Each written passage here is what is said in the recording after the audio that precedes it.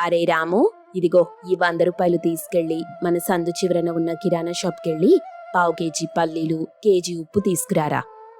అబ్బా అమ్మా, మన ఇంటి పక్కనే షాప్ పెట్టుకొని ఇప్పుడు సందు చివరి వరకు నడుచుకుంటూ పోయి తీసుకురావాలా? ఏ, అదేమైనా కిలోమీటర్ దూరం ఉందా?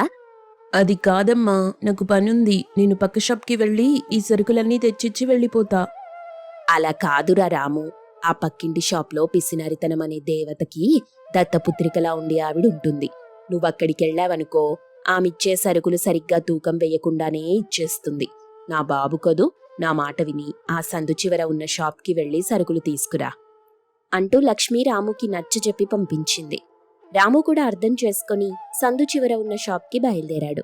అలా రాము చేతిలో 100 రూపాయల నోటు పట్టుకుని వెళ్తూ ఉంటే తన ఇంటి పక్కన ఉన్న షాప్లో ఉండే రాధమ్మ రాము చేతిలో ఉన్న నోటు చూసి, అమ్మో, వీడు నా షాప్కి కాకుండా ఆ సందు చివర ఉన్న షాప్కి వెళ్ళాలని చూస్తున్నాడు. వీడి చేతిలో ఉన్న 100 రూపాయలు ఎలాగైనా సరే మన షాప్లోనే ఖర్చు పెట్టించాలి అంటూ రాధమ్మ రాముని చూసి, నాన్న రాము, ఎక్కడికెళ్తున్నావు అంటూ చాలా ప్రేమగా అడిగింది. అందుకు రాము, అది అది కొద్దిగా పనుంటే అలా పక్క సందుకి వెళ్తున్నాను. అమ్మో, వీడి ఈ వయసుకే నాకంటే ఎక్కువ అబద్ధాలు చెప్తున్నాడే అని మనసులో అనుకుంటూ, నాన్న రాము, ఇలా రామ్మా, మా షాప్లోకి కొత్తగా ఒక చాక్లెట్ వచ్చింది. అది తిని ఎలా ఉందో చెప్తావా అంటూ రాధమ్మ రాముకి చాక్లెట్ ఆశ చూపించింది. ఈ విషయం అర్థం కాని రాము, ఓ, టేస్ట్ చేస్తానంటీ అంటూ సంతోషంగా రాధమ్మ కిరాణా షాప్ దగ్గరికి వచ్చాడు. అప్పుడు రాధమ్మ తన కిరాణా షాప్లో చాలా చీప్గా ఉండే ఒక చాక్లెట్ తీసి రాముకిచ్చి, ఇదిగో, ఈ చాక్లెట్ చాలా ఖరీదైంది. దీన్ని విదేశాల నుండి తెప్పించాం. తిని ఎలా ఉందో చెప్పు అంటూ చాలా ప్రేమగా మాట్లాడుతుంది. అప్పుడు రాము ఆ చాక్లెట్ తిని, చీ, ఈ చాక్లెట్ అంతగా ఏం బాగాలేదా ఆంటీ? బాగున్న చాక్లెట్ అయితే నీకెందుకు ఇస్తాన్రా అని మనసులో అనుకొని, అయ్యయ్యో, వాడు మళ్ళీ మమ్మల్ని మోసం చేశాడే. సరే, ఇంకోసారి నీకు మంచి చాక్లెట్ ఇస్తాలే గాని ఎక్కడికి వెళ్తున్నావు రాము? అది అమ్మ కొన్ని సరుకులు తీసుకురమ్మంది. నాకు కేజీ పల్లీలు, కేజీ ఉప్పు ఇవ్వరా అంటూ రాము అడగ్గా తన ప్లాన్ వర్కౌట్ అయిందని మనసులో సంతోషిస్తూ ఆ సరుకుల్ని సరిగ్గా తూకం వేయకుండా రాముకిచ్చి, అయ్యో రాము, నా దగ్గర చిల్లర లేదు. మళ్ళీ వస్తావుగా, అప్పుడిస్తాన్లే. సరే ఆంటీ అని రాము సరుకులు తీసుకుని వెళ్ళిపోయాడు. అది చూసిన రాధమ్మ కూడలైన గీత, అత్తయ్యా, మీకెన్నిసార్లు చెప్పాను, ఎవరైనా మన దగ్గరికి సరుకులు కొనడానికి వస్తే వాళ్ళకి సరైన చిల్లరిచ్చి పంపించాలని. బాగుందమ్మా విడ్డూరం. ఇలా కాసిని డబ్బులు మనం ఆపితేనే ఆ డబ్బుల కోసం వచ్చి ఇంకా కొన్ని వస్తువులు మన దగ్గర కొని తీసుకెళ్తారు. మీరలా అనుకుని ఎవ్వరికీ చిల్లరివ్వటం లేదు. మీరిలా ఇవ్వటం లేదని మన షాప్కి ఎవ్వరూ రావట్లేదు. ఎందుకొస్తలేరు? బాగానే వస్తున్నారుగా. అయినా వ్యాపారం చెయ్యాలంటే ఈ మాత్రం తెలివి ఉండాలి. నీ తెలివితో నువ్వు ఈ షాప్ని ఎలా నడిపిస్తావో ఏంటో అని అనుకుంటూ రాధమ్మ అక్కడి నుండి వెళ్ళిపోయింది. రాధమ్మ వెళ్ళిపోగానే రాము తన అమ్మ లక్ష్మితో పాటుగా షాప్ దగ్గరికొచ్చాడు. ఏంటమ్మా గీత, నువ్వు కూడా ఇలా చేస్తావనుకోలేదు. అయ్యో, ఏమైందాంటీ? ఏమైందా? పిల్లాడు కేజీ పల్లీలు అడిగితే ఇదిగో చూడు, ఈ కవర్లో కనీసం 1/2 కిలో అయినా ఉంటాయా? ఇక ఈ ఉప్పు చూడు ఎంతుందో అని రాధమ్మ ఇచ్చిన సరుకులు చూపిస్తూ ఉంది. అప్పుడు గీతాకి విషయం అర్థమై, అయ్యో సారీ ఆంటీ, మా అత్తయ్య గారు పొరపాటునలా ఇచ్చుంటారు. ఇదిగో నేను సరిగ్గా కొలిచిస్తాను అని గీత మాట్లాడుతూ ఉండగా అప్పుడే అక్కడికి మళ్లీ రాధమ్మ వచ్చింది. ఏంటమ్మా, ఏం మాట్లాడుతున్నావు నువ్వు? నేను సరిగ్గా కొలిచివ్వకపోవడం ఏంటి? వాళ్లే ఈ సరుకుల్లో సగం తీసి ఇంట్లో పెట్టుకుని మళ్లీ వచ్చి ఇలా డ్రామాలు చేస్తున్నారు. నువ్విలా అందరి మాటలు నమ్మి మోసపోవద్దు అంటూ రాధమ్మ గీతకి చెప్తూ ఉండగా ఆ మాటలకి లక్ష్మికి కోపం వచ్చింది. ఏంటమ్మా, ఏం మాట్లాడుతున్నావు నువ్వు? నేను నీ కంటికెలా కనిపిస్తున్నాను? కేజీ పల్లీల కోసం నేనబద్ధం చెప్తానా? మరి నేనబద్ధం చెప్తున్నానా? పిల్లాడికి సరుకులు కొలిచిచ్చింది నేను కదా. నేను సరిగ్గానే కొలిచిచ్చానే. మీ బాబే ఎక్కడో పడేసినట్టున్నాడు అంటూ రాధమ్మ లక్ష్మితో వాదిస్తూ ఉంది. పదరా రాము, ఈ ఉప్పు పప్పుల గురించి ఇలాంటి వాళ్లతో గొడవ పడటం దండగా. ఆ చిల్లరేదో ఇస్తే నేనింకెప్పుడూ ఈ షాప్ వంకే చూడను ఏంటింకా చిల్లరిచ్చేది? నీ సరుకులకు నువ్విచ్చిన 100 పోను ఇంకా నాకే 10 రూపాయలొస్తాయి అంటూ రాధమ్మ అడగ్గా లక్ష్మి కోపంగా ఇంకో 10 రూపాయలు తీసి అక్కడ పెట్టేసి రాముని తీసుకుని వెళ్ళిపోయింది. అప్పుడు గీత తన అత్తగారిని చూసి, ఏంటత్తయ్యా ఇది? ఏంటా చూసావా 10 రూపాయలు, ఇది తెలివంటే. ఇలా అయితే మన షాప్కి జనాలొచ్చినట్టే అంటూ నిట్టూర్చింది గీత. ఇలా రాధమ్మ పిసినారితనంతో చేసే పనుల వల్ల ఆ కిరాణా షాప్కి జనం రావటమే మానేశారు. అలా ఉండగా ఒకరోజు గిరి అనే అతను రాధమ్మ కిరాణా షాప్కి వెళ్లి రాధమ్మతో, ఆంటీ 1 కేజీ చింతపండు, 1 డజన్ గుడ్లు, కేజీ కందిపప్పు అంటూ పెద్ద లిస్టు చెప్పాడు. ఇవన్నీ ఇవ్వండి ఆంటీ అని చెప్పి 2 500 నోట్లు రాధమ్మ ముందు పెట్టాడు.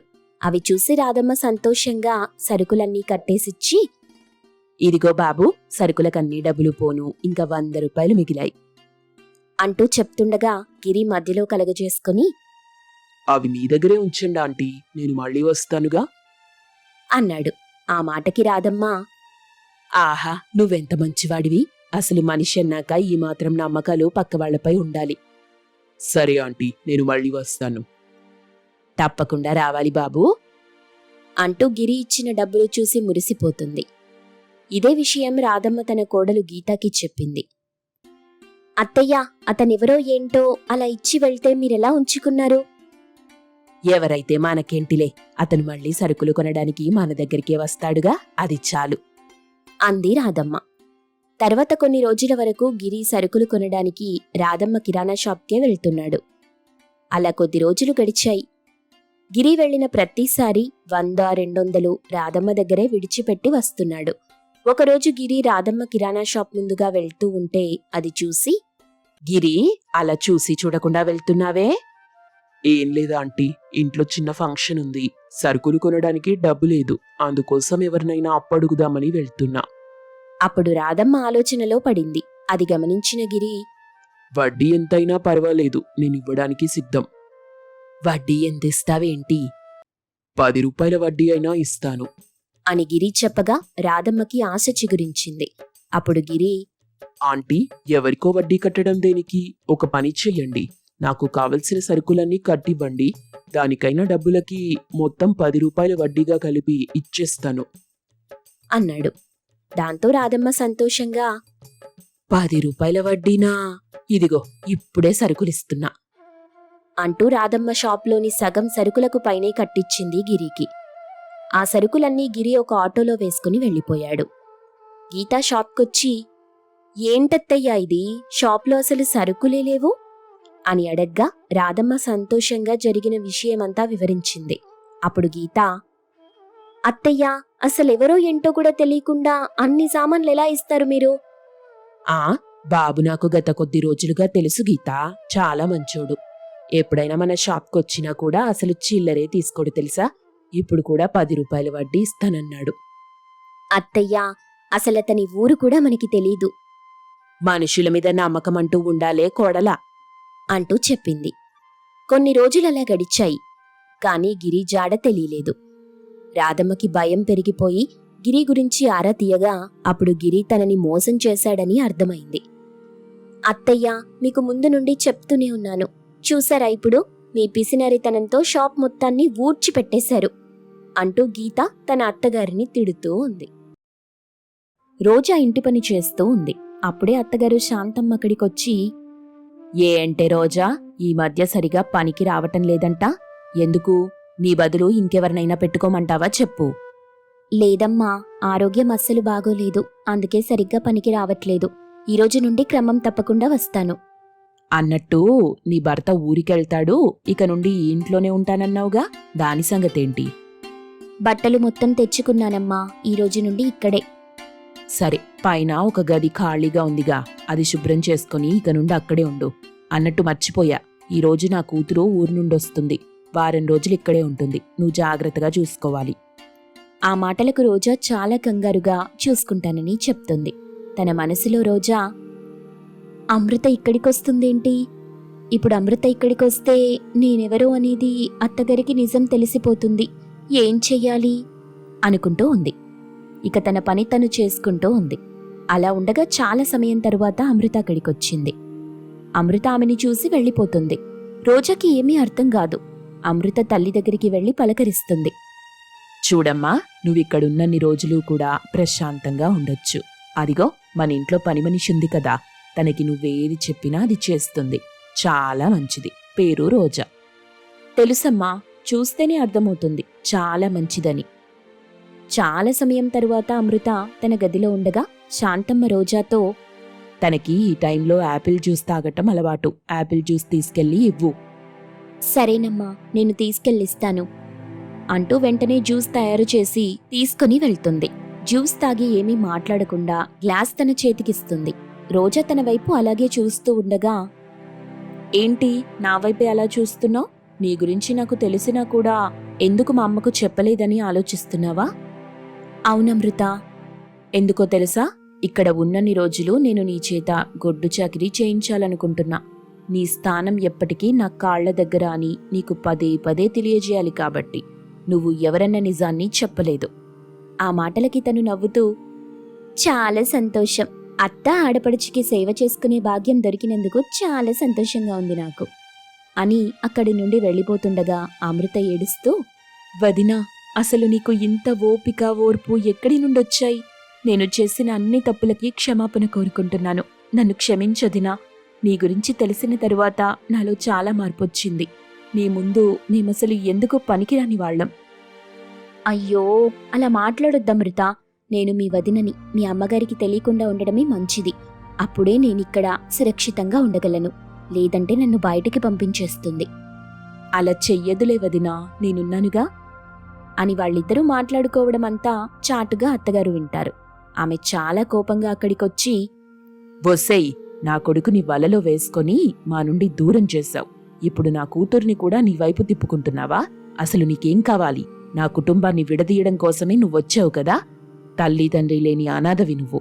బాగా డబ్బున్నవాడని వలలో వేసుకుని మహారాణిలాగా ఉందామని ఇక్కడికొచ్చావా? ఆ మాటలు విని అమృత చాలా కోపంగా, అమ్మా, నీకసలు వదిన గురించి ఏం తెలుసు? వదిన గురించి తెలుసుకున్నావంటే అప్పుడు మన స్థాయి ఏంటో నీకు పూర్తిగా అర్థమవుతుంది. ఏంటో అంత గొప్ప చరిత్ర దీంది, చెప్పు, వింటాను. ఆ రోజు అన్నయ్య నీ దగ్గరికొచ్చి ఏం చెప్పాడో గుర్తుందా? కిరణ్ తన తల్లి దగ్గరికొచ్చి, అమ్మా, నేను రోజా అనే అమ్మాయిని ప్రేమిస్తున్నాను. తనకి అమ్మా నాన్న ఎవరూ లేరు. అనాథ. కానీ చాలా మంచి అమ్మాయి. బాగా చదువుకుంది. ఉద్యోగం కోసం ప్రయత్నిస్తుంది. ఎంత ధైర్యం ఉంటే నువ్వా మాట చెప్తున్నావురా? అదెవరో నీకు అర్థం కాకపోవచ్చు. నాకు బాగా అర్థమైంది.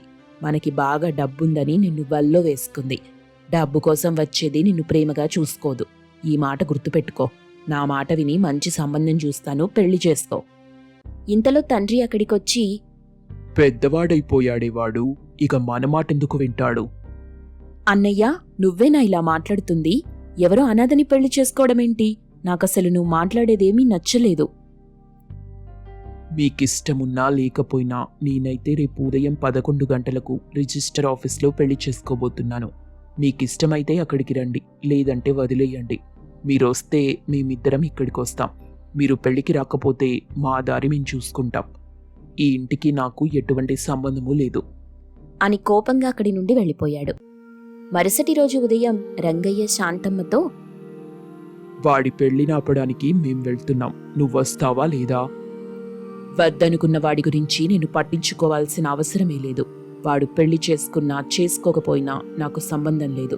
వాడు నా కడుపును పుట్టలేదనుకుంటాను. అమ్మా, అలా మాట్లాడకు. వెళ్ళి అన్నయ్యని బలవంతంగా తీసుకొద్దాం. నేను రాను, మీరెళ్ళండి అని నువ్వు చెప్పడంతో నాన్న నేను ఇద్దరం అక్కడికి వెళ్ళాం. అప్పటికే పెళ్ళైపోయింది. నాన్న వాళ్ళని ఆశీర్వదించి ఇంటికి రావద్దని చెప్పాడు. అప్పుడు నేను వదినని చూశాను. ఆ తర్వాత రోజు నాన్న చనిపోయారు. మనం ఆ విషయం అన్నయ్యకి చెప్పలేదు. వాళ్ళు పెళ్లి చేసుకుని వెళ్లిన దగ్గర నుండి కూడా అన్నయ్య అప్పుడప్పుడు నాకు ఫోన్ చేస్తూ ఉన్నాడు. కానీ ఎప్పుడూ కూడా మాట్లాడేదాన్ని కాదు. ఒకరోజు అన్నయ్య నాకు ఫోన్ చేసి, చూడమృత, నేను దుబాయ్ వెళ్తున్నాను. వెళ్లే ముందు ఒకసారి నీతో మాట్లాడాలి. అదే నేను నీతో చివరగా మాట్లాడే ఒక మాట. ఏదైనా ఉంటే ఫోన్లో మాట్లాడు. లేదు, నువ్వు నా దగ్గరికి వస్తేనే చెప్తా అని అనడంతో నేనక్కడికి వెళ్లాను. అక్కడికి వెళ్ళిన తరువాత అన్నయ్య వదిన గురించి నాకు భయంకరమైన నిజం చెప్పాడు. తనొక పెద్ద బిజినెస్ మ్యాన్ కూతురు. తన తండ్రి చనిపోయిన తరువాత కోట్ల ఆస్తిని తను పేదవాళ్లకు రాసిచ్చి అదే ఆశ్రమంలో అనాథగా బ్రతుకుతుందని చెప్పాడు. అప్పుడు నాకు అర్థమైంది ఆమె డబ్బు కోసం అన్నయ్యని పెళ్లి చేసుకోలేదని. అప్పుడే నేను నాన్న గురించి నిజం చెప్పాను. దాన్ని విని అన్నయ్య చాలా బాధపడ్డాడు. అమ్మని జాగ్రత్తగా చూసుకోమని చెప్పాడు. ఆ తర్వాత నాకు ఉద్యోగం వచ్చి ఇంటి నుండి వెళ్లిపోయిన తరువాత ఇక్కడేం జరుగుతుందో నాకు తెలీదు. నాకు వదినతో మాట్లాడాలనిపించినా కూడా ఆమెని ఆ రిజిస్టర్ ఆఫీస్లో చాలా మాటలన్నాను. అవన్నీ గుర్తొచ్చి నేనామెతో మాట్లాడడానికి ప్రయత్నించినా కూడా ముఖం చెల్లక వదిలేశాను. ఇప్పుడిక్కడికొచ్చిన తరువాత వదిన ఇక్కడ పనిచేస్తూ కనిపించింది. వదిన ఇక్కడుందన్న సంగతి తనకు తెలుసని అన్నయ్య నాకు చెప్పాడు అని జరిగిన విషయమంతా చెప్తుంది. ఆ మాటలన్నీ విని ఆమె చాలా బాధపడుతూ అక్కడి నుండి వెళ్ళిపోయింది. వదినా, నువ్విక్కడున్నావని తెలిసే నేనిక్కడికొచ్చాను. కానీ ఎందుకు నువ్విక్కడికొచ్చావన్నది అన్నయ్య కూడా చెప్పలేదు నాకు. ఎందుకంటావేంటి? ఇది నా మెట్టినిల్లు. పైగా మీ అన్నయ్య కూడా నా దగ్గర లేడు. నేనొంటరిగా ఇంట్లో ఎందుకుంటాను? అందుకే అత్తగారికి దగ్గరవడం కోసమే పని మనిషిలాగా వచ్చాను. ఏదో ఒక రకంగా అత్తగారితో ఉంటాను కదా, అదే నా ఉద్దేశం అంటూ చెప్తుంది. ఆ మాట విని అమృత, ఇలాంటి కోడలు దొరకటం మా అమ్మ అదృష్టం వదినా. ఇప్పటికైనా ఆమె మనసు మార్చుకుంటుందో లేదో నాకైతే తెలీదు. నువ్వైతే ఇక నుండి పని మనిషిలా కష్టపడాల్సిన అవసరం లేదు. నేనెవరి కోసం కష్టపడుతున్నాను? నా కుటుంబం కోసమే కదా. ఇందులో తప్పేం లేదు. నువ్వంతగా బాధపడాల్సిన అవసరం కూడా లేదు. నీకేం కావాలో చెప్పు, నేనది తయారు చేసి తీసుకొస్తాను అని వాళ్ళిద్దరూ మాట్లాడుకుంటుండగానే అత్తగారు ఒక పెద్ద ప్లేట్లో పట్టు చీర, నగలు అన్నీ తీసుకుని అక్కడికొస్తుంది. వాటన్నింటినీ రోజాకిచ్చి, నా కోడలికి నేనివ్వాలనుకున్న పట్టు చీర, నగలు ఇవి తీసుకో అమ్మా. ఇన్ని రోజులు నీ గురించి చాలా తప్పుగా అర్థం చేసుకున్నాను. నన్ను క్షమించు. నీలాంటి మనసున్న వాళ్లతో పోల్చుకుంటే నేను చాలా తక్కువ. ఇంకెప్పుడూ నేను నిన్ను బాధ పెట్టను. ఈ ఇంట్లో నువ్వు పని మనిషివి కాదు, ఈ ఇంటి మనిషివి. ఆ మాటలకు రోజా సంతోషిస్తూ, అత్తయ్య, ఇది చాలు నాకు. నాకు పట్టుబట్టలు, ఆభరణాలతో పని లేదు. నన్ను మీ కోడలిగా ఒప్పుకున్నారు, నాకంతే చాలు. ఇక అత్తగారు బలవంతంగా వాటిని తీసుకోమని చెప్తారు. వాటిని తీసుకుని ఆమె చాలా సంతోషిస్తుంది. ఆ రోజు నుండి అత్తాకోడలు కలిసిపోయి సంతోషంగా ఉంటారు. అదే విషయాన్ని తల్లి స్వయంగా కొడుక్కి ఫోన్ చేసి చెప్పి మాట్లాడుతుంది. దాన్ని విని అతను ఎంతగానో సంతోషిస్తాడు. అమ్మా, నాకు చాలా సంతోషంగా ఉంది. నేను ఒక వారం రోజుల్లో వీలు చూసుకుని అక్కడికి వస్తాను. అందరితో కొన్ని రోజులు సమయం గడిపి తిరిగి మళ్ళీ ఇక్కడికి వచ్చేస్తాను అని అంటాడు. ఆ మాటలకు తల్లి సరి అంది. అతను చెప్పినట్టుగానే వారం రోజుల తరువాత తిరిగి వాళ్ల దగ్గరికి వెళ్తాడు. అందరూ కలిసి ఇంట్లో ఒక పండగలా జరుపుకుంటారు. తర్వాత అతను సంతోషంగా తిరిగి దుబాయ్ వెళ్తాడు. ఆ విధంగా పని మనిషిగా వచ్చిన కోడలు ఇంటి మనిషిగా మారి అందర్నీ సంతోషపెడుతుంది.